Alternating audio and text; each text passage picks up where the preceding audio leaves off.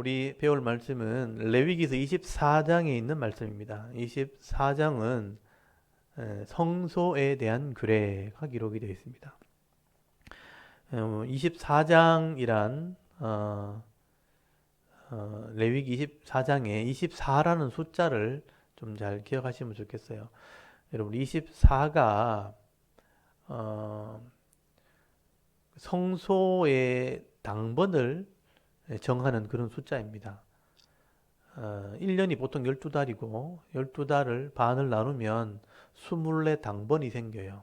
그러니까 24 반차 보통 그렇게 얘기하거든요. 24 계열, 24 순서 보통 이렇게 얘기하는데 레위인들과 제사장이 성소를 섬길 때 15일씩 담당을 해서 섬기게 됩니다. 그래서 한 달에 두 명이죠.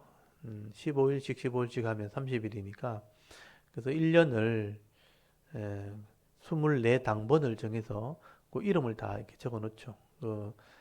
레위인들은 레위인들의 이름을 다 적어 놓고 제사장들은 제사장들의 아들들의 이름을 쭉 적어 놓으면서 그 사람 아들들이 그 일을 담당을 하게 됩니다. 그래서 역대상 24장에 보시면 그 당번이 기록이 되어 있는데요. 여러분 거기 역대상 24장 거기 5절에 보시면 역대상 24장 5절에 이에 제비 뽑아 피차에 차등이 없이 나누었으니 이는 성전의 일을 다스리는 자와 하나님의 일을 다스리는 자가 엘라살의 자손 중에도 있고 이다말의 자손 중에도 있음이라. 엘라살과 이다말은 제사장이죠. 그 아들들의 이름을 정한 거예요. 그래서 6절에 레위 사람 느다넬의 아들 서기관 스마야가 왕과 방백과 제사장 사독과 아비아달의 아들 아히멜렉과 및 제사장과 레위 사람의 우두머리 앞에서 그 이름을 기록하여 엘라살의 자손 중에서 한 집을 뽑고 이다말의 자손 중에서 한 집을 뽑았으니 첫째로 제비 뽑은 자는 여호야립이요 둘째는 여다야요 셋째는 하림이요 넷째는 소림이요 하면서 쭉 해서 18절까지 가보시면 스물넷째는 들라야요 또 스물셋째는 들라야요 스물넷째는 마시아라 이와 같은 직무에 따라 여호와의 성전에 들어가서 그의 아버지 아론을 도왔으니 이는 이스라엘의 하나님 여호와께서 명하신 규례더라라고 돼 있죠. 이게 이제 성소에 대한 규례를 당번을 정하는 순서입니다. 그래서 엘라살 이다말 아론의 아들 원래 네 명이었는데 나답 아비온 죽고 엘라살 이다말이 그 아들들을 낳았을 때 그 아들들의 이름들을 이렇게 24당번을 정해놓고 그 이름에 해당되는 자손들이 그 순서에 가서 봉사를 하는 거예요. 직무를 감당하는 거죠. 이걸 성소에 대한 규례라 그래요. 이게 역대상 24장에 기록되어 있어요. 그래서 24장이니까 똑같잖아요. 그래서 24장은 성소를 섬기는 당번 이렇게 기억하시면 돼요. 24. 그걸 둘로 나누면 12잖아요. 12가 12달을 의미하기도 하지만 12지파 이스라엘을 의미하기도 하죠. 그래서 이스라엘 백성들이 성소를 섬기는 순서를 적어 놓은 건 24당번. 그래서 레위기 24장은 성소를 섬기는 규례 그렇게 기억하시면 돼요. 그래서 24장을 특별히 그렇게 기억하시면 좋겠습니다. 그리고 레위기 전체를 우리가 머릿속에 이렇게 하나씩 정리하는 이유는 머릿속에 이렇게 장마다 이렇게 이름을 제목을 알고 있으면 전체를 다 정리할 수 있어요. 그래서 우리 지나왔던 걸 제가 조금 더 정리를 해보면 1장부터 10장까지는 제사 제도가 나와요. 이건 속죄를 위한 것이고 예배를 위한 겁니다. 그래서 1장부터 10장까지는 하나님 방법대로만 해야 되는 제사 제도가 기록되어 있기 때문에 이건 하나님께 속한 거죠. 그래서 예수 그리스도의 속죄를 의미하고 십자가를 의미하기 때문에 이거는 변동할 수도 없는 거고 사람이 어떻게 변동할 수 있는 게 아니에요. 그래서 1장부터 10장까지는 제사제도까지는 1장부터 10장까지는 제사제도. 그래서 그 중에 절반 1장에서 5장까지는 제사의 종류, 번제, 소제, 화목제, 속제제, 속건제. 번제, 소제는 하나님께 헌신하고 드려지는 마음, 화목제는 서로 섬기는 나누는 마음, 속죄제, 속건제는 회개하는 마음을 가지고 예배 드려야 된다. 그리고 6장, 7장은 제사장, 그 당시에 제사장이 해야 될 제사장의 규례. 그 다음에 8장이 제사장 위임식, 제사장이 하나님께 드려지는 식, 9장이 첫 제사, 그 다음에 10장이 제사장이 실수했을 때 나닷가비어 죽임당하는 사건, 제사장의 실수, 그만큼 중요하다는 의미예요. 거기 제사제도고요. 11장부터 27장까지는 삶의 규례거든요. 이거는 우리가 지켜야 될 규례예요. 그래서 기억을 해야 됩니다. 11장은 음식 규례, 건강에 대한 것이고요. 12장의 산모의 정결 규례, 이 산모를 통해서 나오는 자녀가 경건해야 된다. 그래서 산모가 건강할 것을 얘기하는, 그래서 산모의 정결 규례는 결국 자녀의 출산을 얘기하는 겁니다. 많은 자녀가 나와야 된다. 13장, 14장은 나병의 진찰법과 나병의 정결 규례, 죄에 대한 중요성을 다루고 있어요. 다 정결해야 된다는 거예요. 15장은 성병에 대한 규례, 자녀를 출산하는 도구를 함부로 사용하면 안 된다. 잘 관리해야 된다. 17장, 16장은 대속죄에 대한 규례, 아사셀 양이 나와 있는 거죠.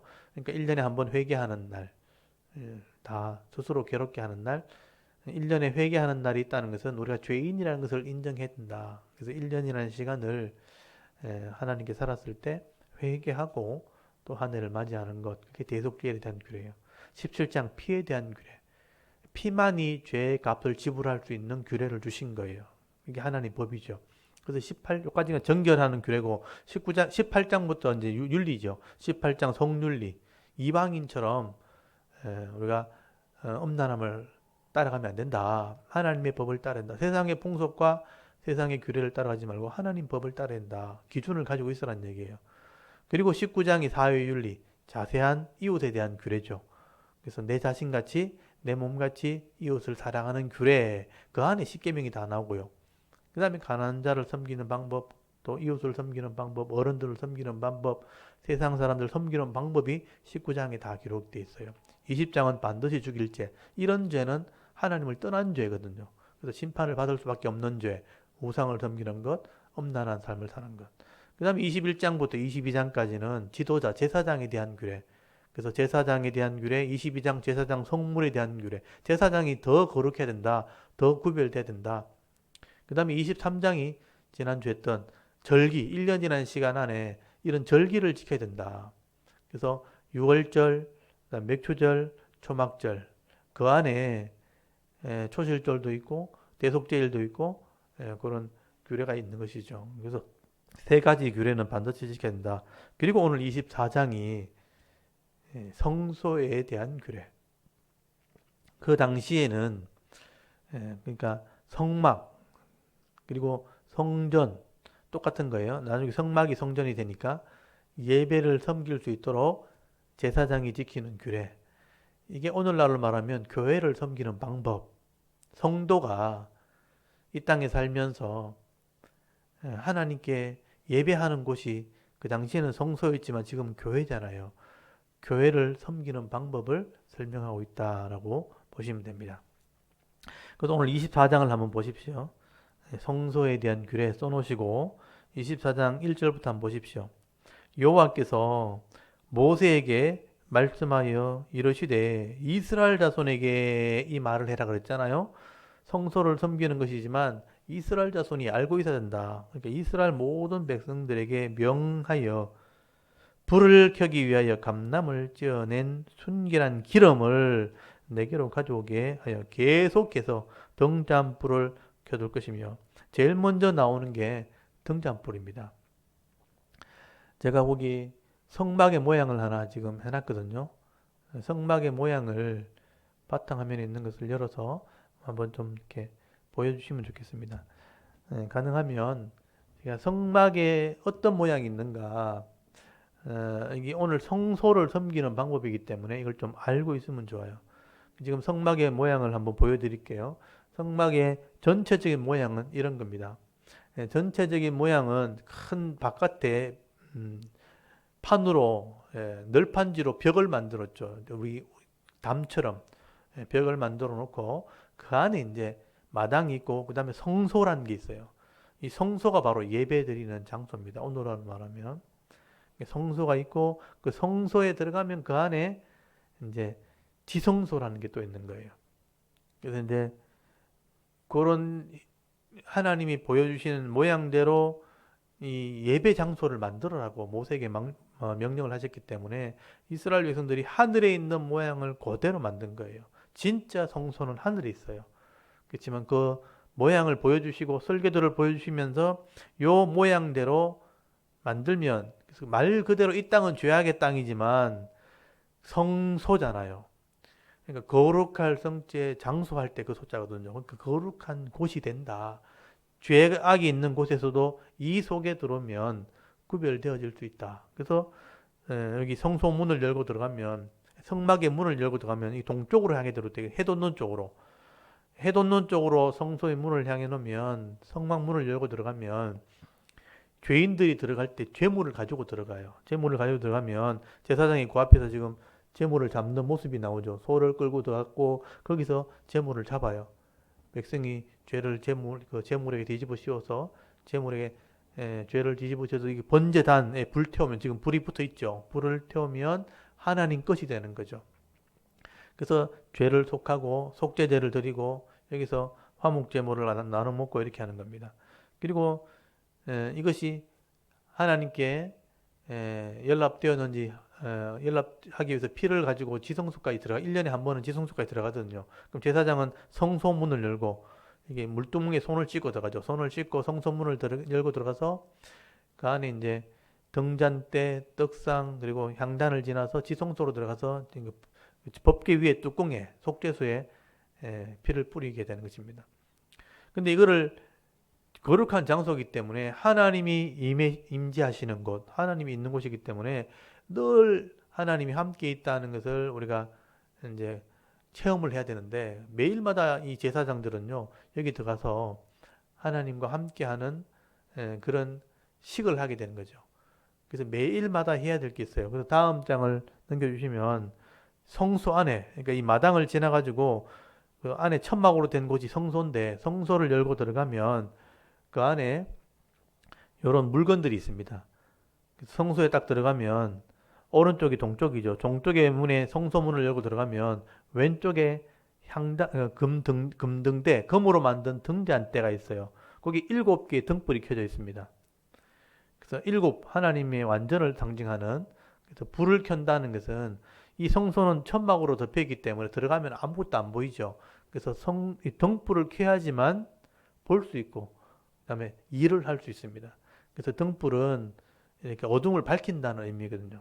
그래서 이제 성령을 상징하고, 오른쪽에 보면 떡상이 있어요. 떡을 6개씩 2줄, 12개를 쌓아 놓도록 명령을 하게 되는데, 이 떡은 결국 이스라엘 백성들이 먹을 양식을 상징하는데 하나님 말씀을 먹는다는 의미예요.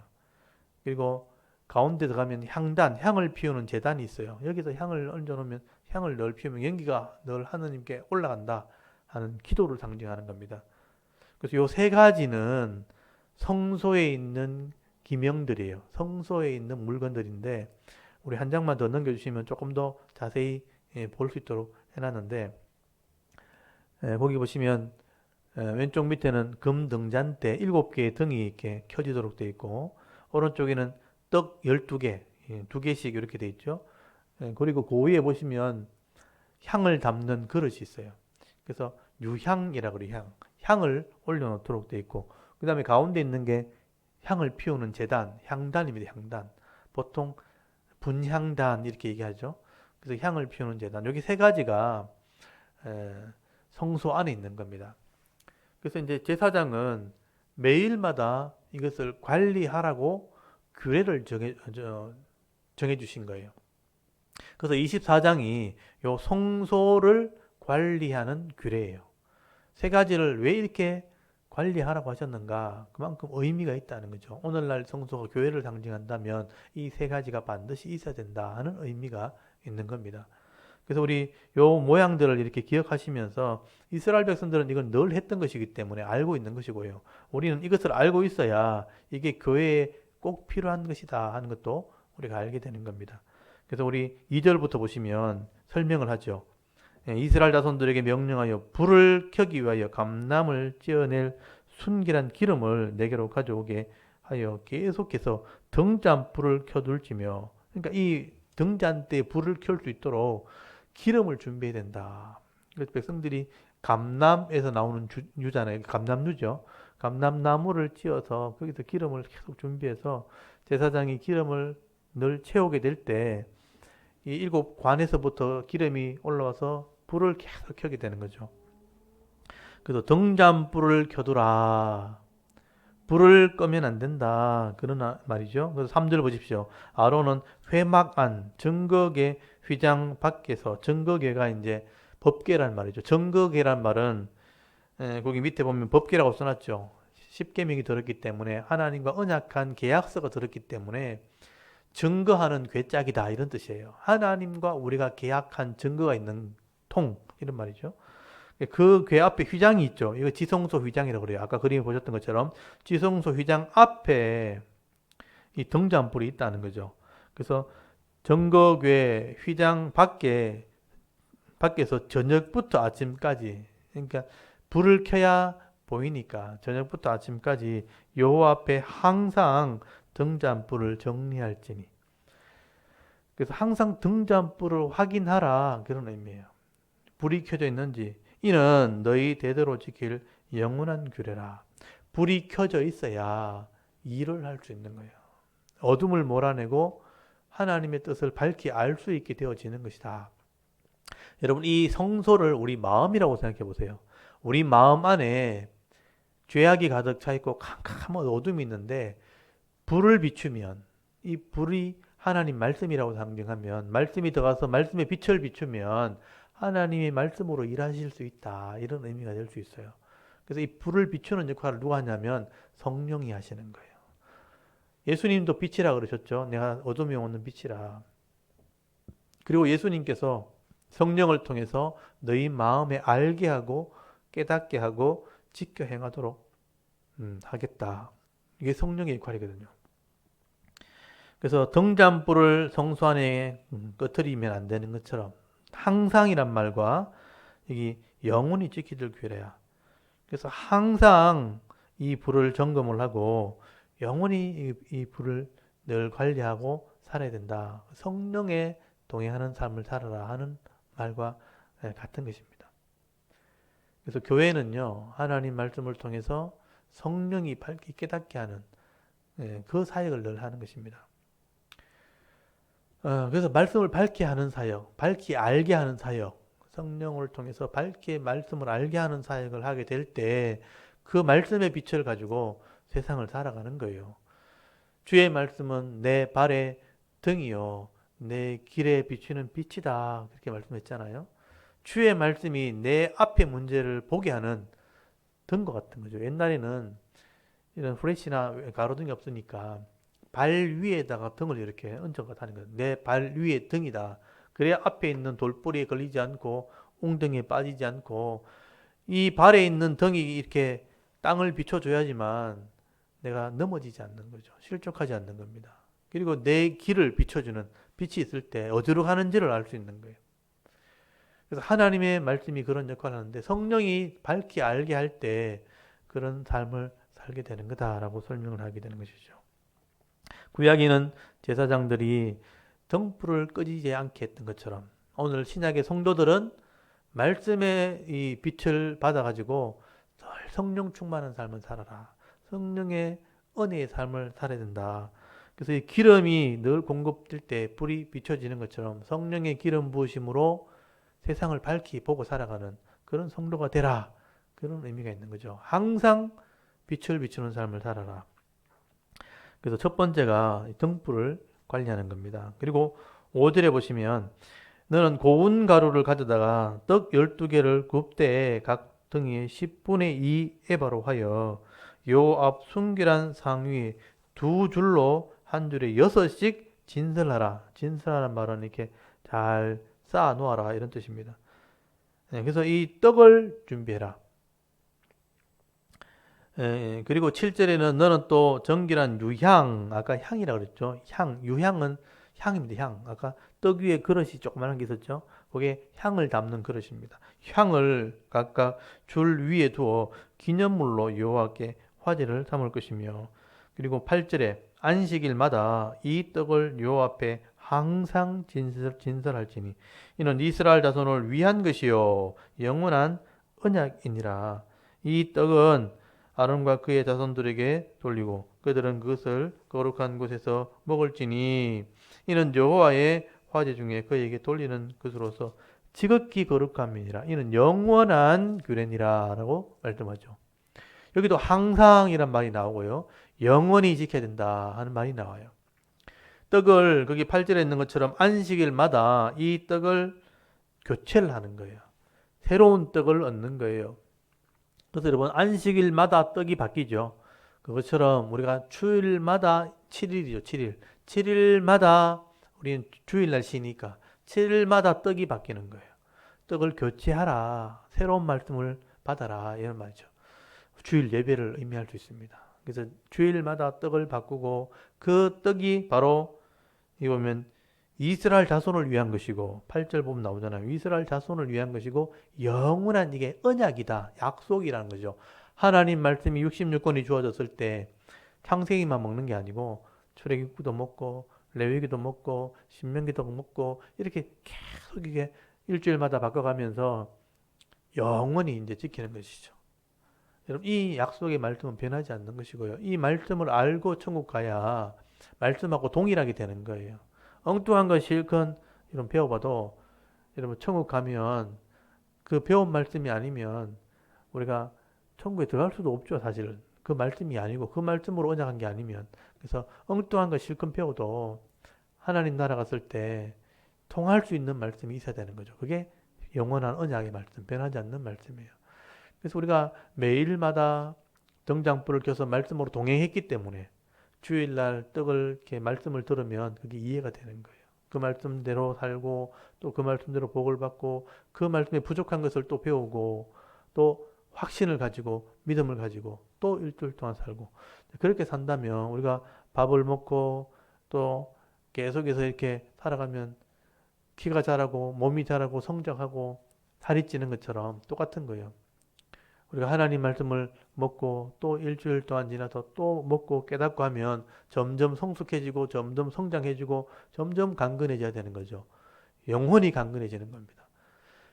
그래서 성도는요, 시간이 지나고 나이가 들수록 더 성숙해져야 맞는 겁니다. 근데 말씀을 제대로 먹지 않으면 주일날 왔는데도 말씀에 관심이 없고 그냥 자리에만 앉아 있고 전혀 말씀에 관심이 없으면 몸은 자라는데 영혼은 자라지 않습니다. 여러분, 우리 몸은 나이가 들면 저절로 늙지만 우리 영혼은 그렇지 않아요. 믿음대로 자랍니다. 내가 깨달은 만큼 성숙하는 겁니다. 그래서 어린아이도요. 시간에 관계없이 많이 깨달으면요. 어른보다 더 성숙할 수 있어요. 여러분 어른들도요. 머리만 굵었지 하나님 말씀 모르면 어린아이처럼 사는 사람도 있습니다. 어린아이처럼 신앙생활 하는 거예요. 그래서 우리가 나이에 관계없이 이 영적인 이 양식은 많이 먹고 깨달을수록 많이 성숙하고 성장할 수 있다. 그게 하나님 은혜라는 것입니다. 그래서 세상에 이런 계산법과 하나님 나라 계산법이 좀 다르잖아요.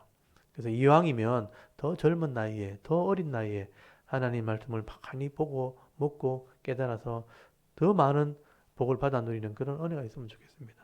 그래서 세상에 나가서 이런 하나님의 이 받은 은혜를 나눠주고 섬긴다면 사람들에게도 분명히 칭찬을 받게 돼요. 왜냐하면 이 영적인 성숙함이 육적인 이 기본적인 원리보다 훨씬 뛰어나기 때문에. 그래서 하나님의 지난주에 제가 말씀을 나눴잖아요.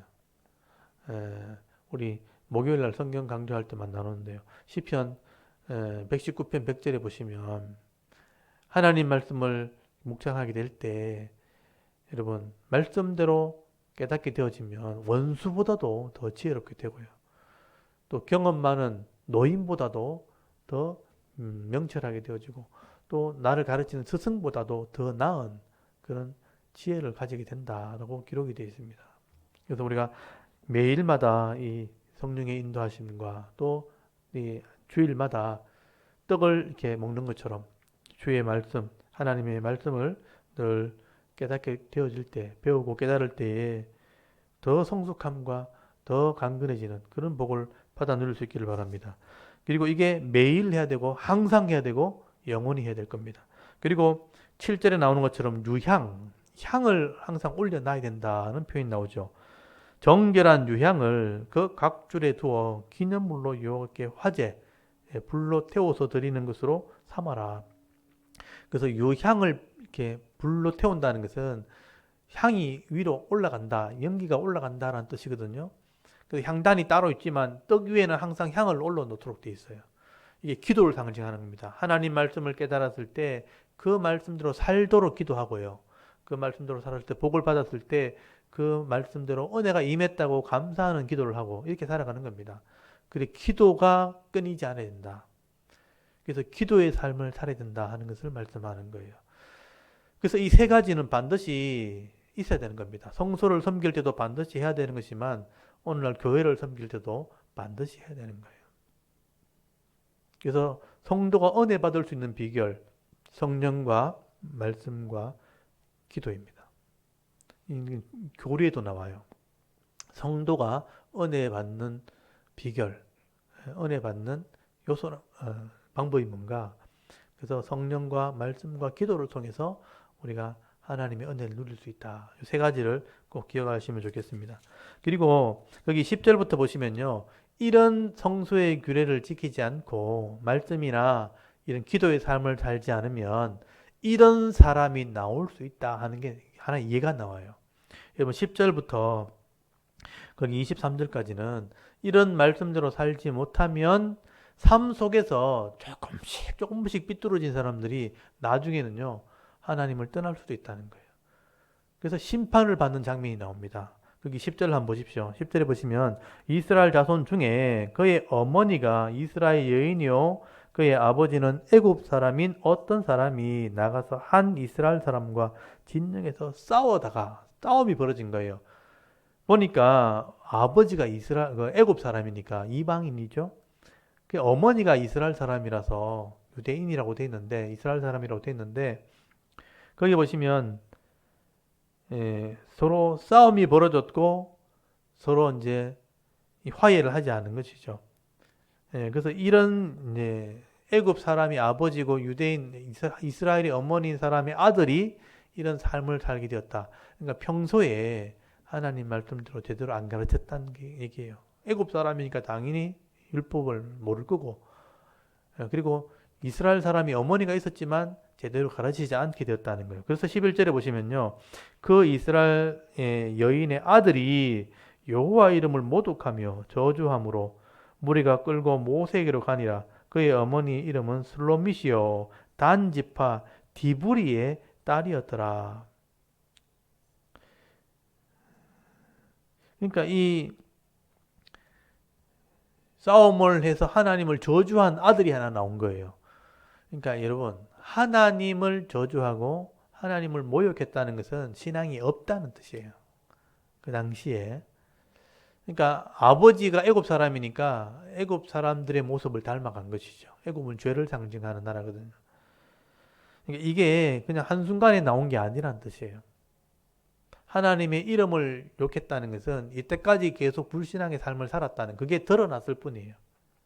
하나님을 두려워한다든지 하나님을 존중히 여긴다면 극한 상황에서도 이렇게 하나님을 저주할 수 없어요. 그런 신앙이 있으면. 근데 그런 신앙이 없는 게 이런 것을 통해서 드러난 거죠. 그러니까 아까처럼 늘 예배하고 기도하고 말씀 묵상하는 삶을 안 살았기 때문에 이런 죄악이 쌓여서 이런 모습으로 드러난 거죠. 그러니까 참지 못해서 싸움을 하게 되고 싸움에서 분이 나니까 화가 나니까 저주하고 하나님까지 욕하는 그런 죄를 지게 됐다. 드러나게 된 것이죠. 그래서 이 사람이 어머니 이름을 보면 슬로미시요 단지파 디브리의 딸이라.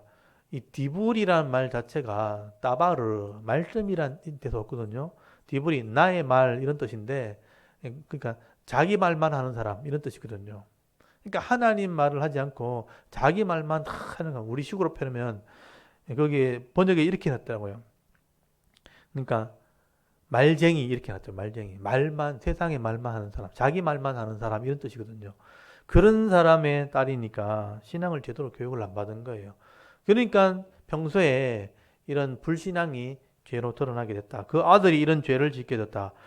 그래서 율법에는 하나님을 모독하면 안 되죠. 십계명에 보면 나오잖아요. 하나님의 이름 망령되이 걷지 말라. 그 사람들이 심판을 해야 되는데 하나님을 모독한 죄는 이제 돌로 쳐 죽여야 되는데 한 번도 그렇게 해본 적이 없는 사람들이 처음이니까 레위기 율법을 받은 지 얼마 안 됐잖아요. 어떻게 할지를 몰라가지고 모세한테 찾아간 겁니다.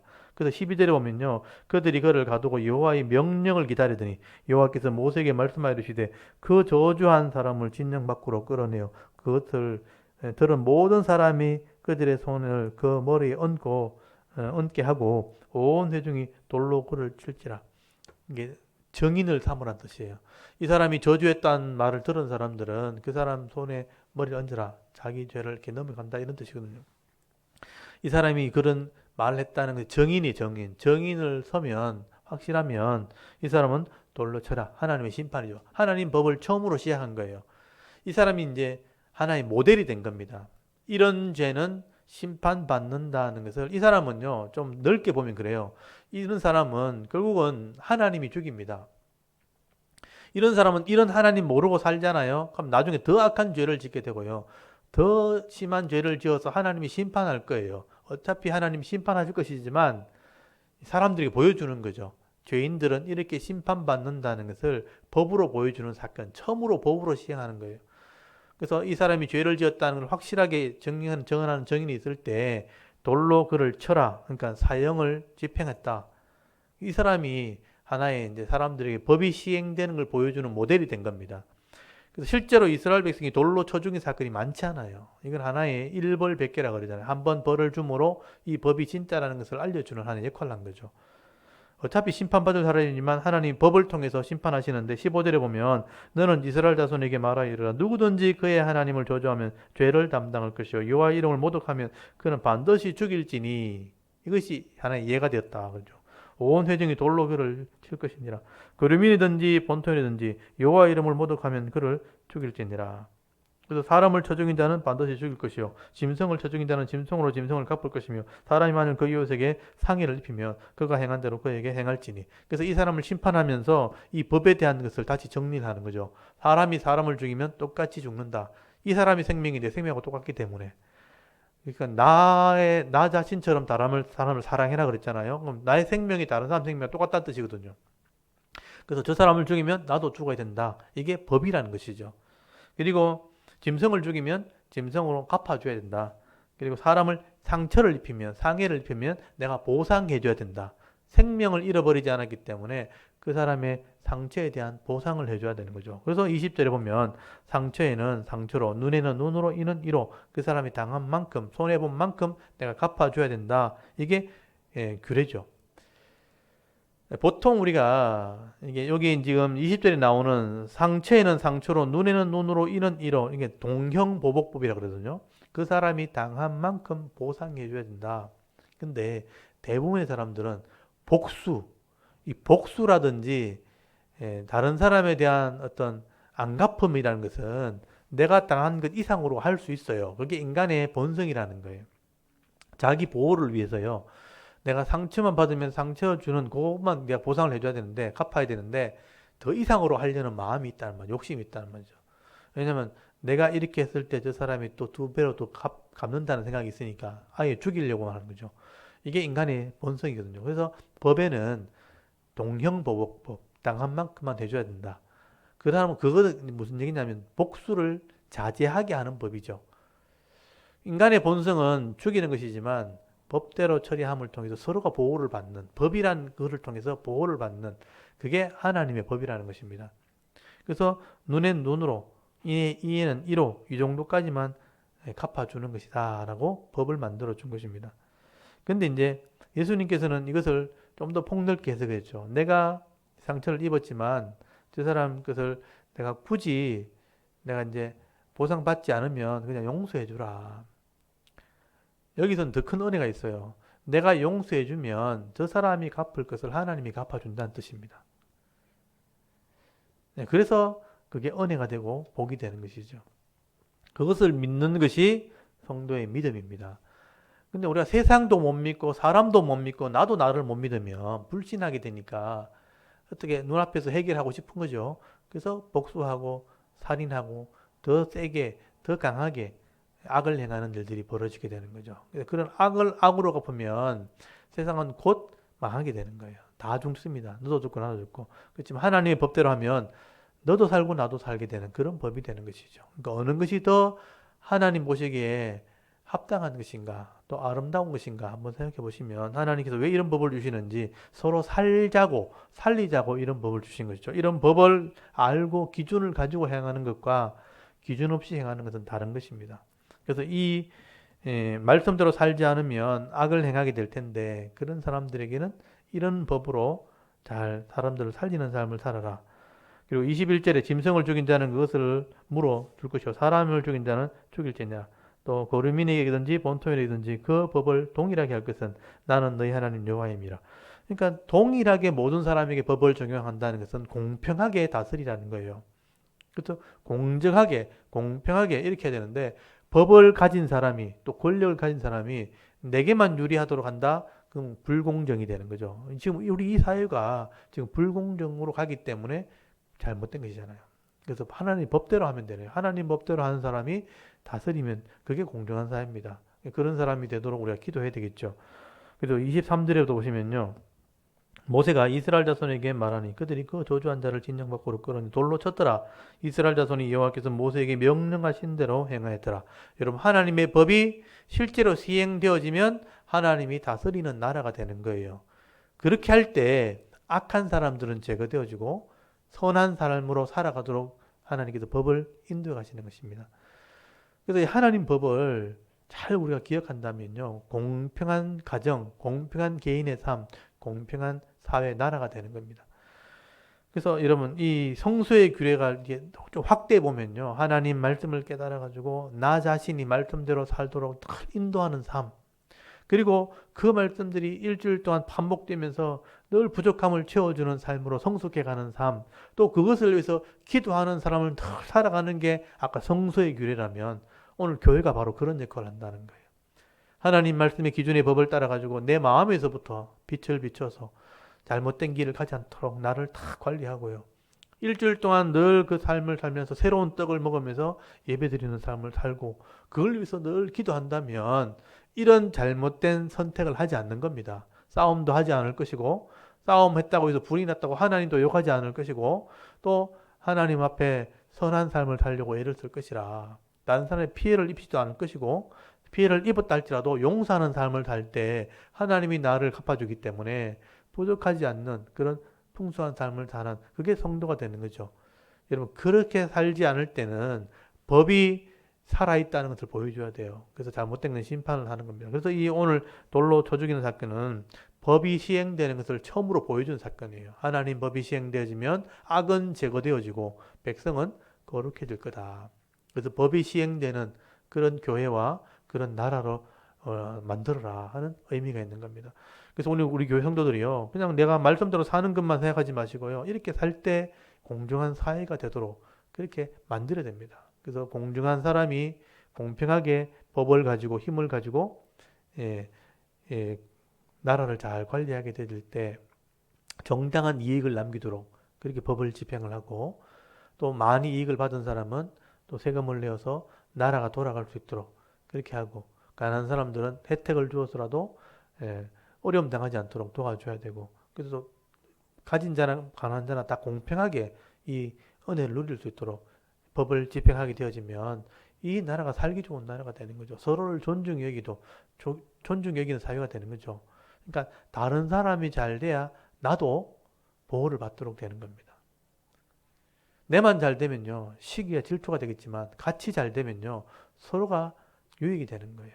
그런 사회가 되도록 우리가 말씀대로 순종하고 기도해야 된다 하는 의미가 있는 겁니다. 그래서 저는 이 24장 성소에 대한 규례는요. 오늘날 우리 사회에 굉장히 중요하다고 생각해요. 교회가 이런 말씀과 또 성령과 기도의 삶을 늘 살면서 이렇게 죄가 관영하지 않도록 이런 사회를 만들어나가는 그런 사회가 되도록 기도하면서 사는 것이 성도여야 된다.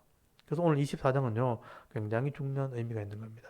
또 25장에는 안식년과 희년이 나오는데 이 안식년과 희년은 땅에 대한 규례거든요. 그리고 50년이라는 그 기간에 대한 이게 또 땅에 관련된 것이기 때문에 오늘날 우리 지금 땅값 뭐 이렇게 부동산 굉장히 관심이 많죠. 이게 연관돼 있어요. 그래서 내용이 좀 중요한 내용이기 때문에 이건 다음 주에 제가 다루도록 하겠습니다.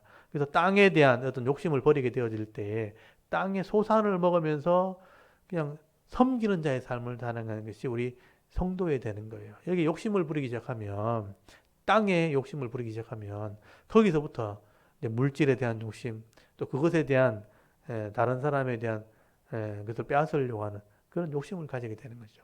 다른 사람이 손해보고 피해를 입었을 때 그 사람을 도와주려고 하는 또 나누려고 하는 그런 삶을 사는 사람이 되어야 되는데 도리어 욕심을 가지게 되어지면 다른 사람을 뺏으려고 하는 그런 삶을 살게 되는 거죠.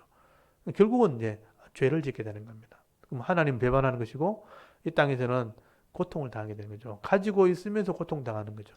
여러분 없으면서 평안을 누리고 또 가지면서 평안을 누리는 게 그게 더 좋은 거예요. 그거는 제가 다음 주에 또 설명을 드리도록 하겠습니다. 오늘은 이 성소의 규례가 단순한 그냥 교회에서 하는 그런 봉사를 의미하는 정도가 아니라 사회 전반적인 하나님 말씀대로 순종하는 교회와 가정과 이 나라를 만드는 비결 중에 하나다 하는 것을 기억하시고요. 이 말씀을 한번 읽어봤으면 좋겠습니다.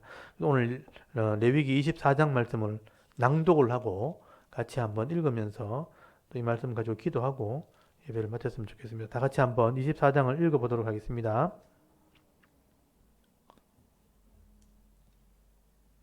레위기 24장.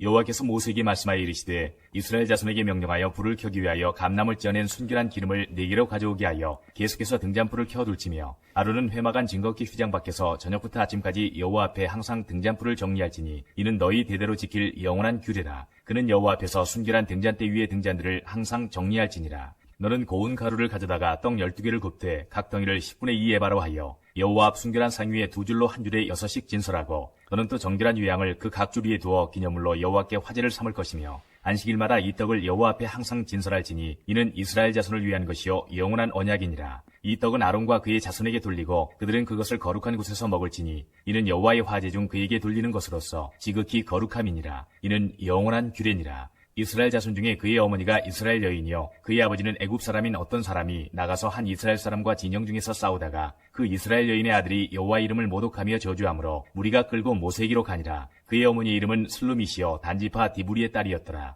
그들이 그를 가두고 여호와의 명령을 기다리더니 여호와께서 모세에게 말씀하여 이르시되 그 저주한 사람을 진영 밖으로 끌어내어 그것을 들은 모든 사람이 그들의 손을 그의 머리에 얹게 하고 온 회중이 돌로 그를 칠지니라. 너는 이스라엘 자손에게 말하여 이르라. 누구든지 그의 하나님을 저주하면 죄를 담당할 것이요 여호와의 이름을 모독하면 그를 반드시 죽일지니 온 회중이 돌로 그를 칠 것이니라. 거류민이든지 본토인이든지 여호와의 이름을 모독하면 그를 죽일지니라. 사람을 쳐 죽인 자는 반드시 죽일 것이요 짐승을 쳐 죽인 자는 짐승으로 짐승을 갚을 것이며 사람이 만일 그의 이웃에게 상해를 입혔으면 그가 행한 대로 그에게 행할 것이니 상체에는 상처로 눈에는 눈으로 이에는 이로 갚을지라. 남에게 상해를 입힌 그대로 그에게 그렇게 할 것이며 짐승을 죽인 자는 그것을 물어줄 것이요 사람을 죽인 자는 죽일지니 거류민에게든지 본토인에게든지 그 법을 동일하게 할 것은 나는 너희 하나님 여호와임이니라. 모세가 이스라엘 자손에게 말하니 그들이 그 저주한 자를 진영 밖으로 끌어내어 돌로 쳤더라. 이스라엘 자손이 여호와께서 모세에게 명령하신 대로 행하였더라. 아멘. 오늘 여기까지 성소에 대한 규례 여러분 기억하십시오. 성소에 대한 규례는 그 당시에 제사장이 교회에서 성소에서 반드시 매일마다 항상 해야 되는 것인데 오늘 교회에서 성도들이 해야 될 것을 의미하는 거예요.